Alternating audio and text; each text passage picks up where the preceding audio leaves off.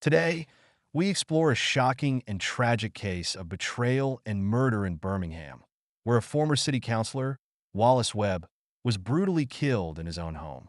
His killer, 25-year-old Sakander Hussain, went on to use his victim's bank cards in a spree that led investigators to uncover the truth behind the gruesome crime.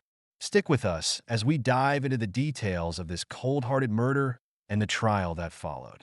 The murder of 65-year-old former councillor and care home chef, Wallis Webb, stunned the community in Erdington, Birmingham.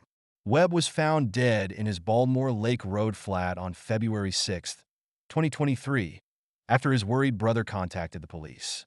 His body was discovered naked and stabbed multiple times, having been left for nearly a week after his death.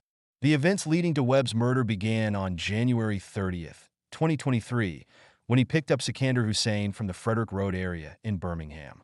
The two men drove to Webb's flat, where in the early hours of January 31st, Webb was fatally stabbed. It is believed the attack occurred between 2:55 and 3:58 a.m.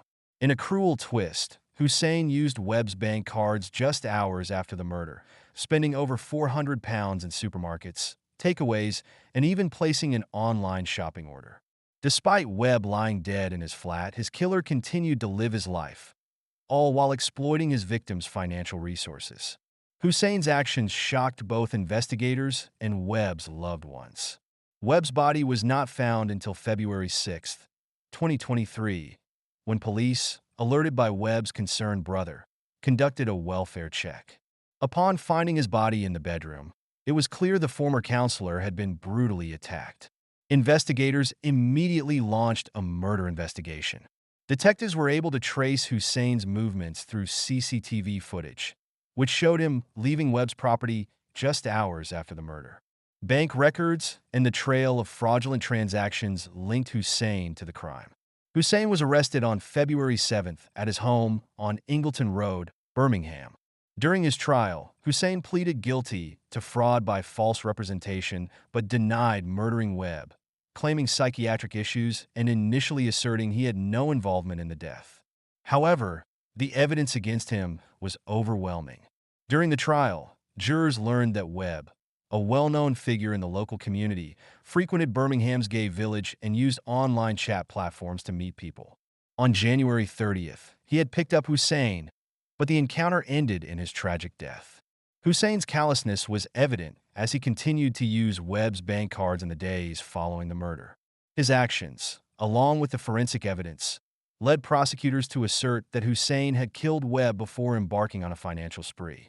Prosecutor Edward Brown, KC, emphasized that Webb was fatally stabbed in the neck, and the most severe injuries were inflicted on this area of his body.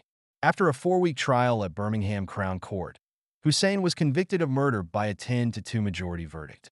He showed no remorse as the verdict was read.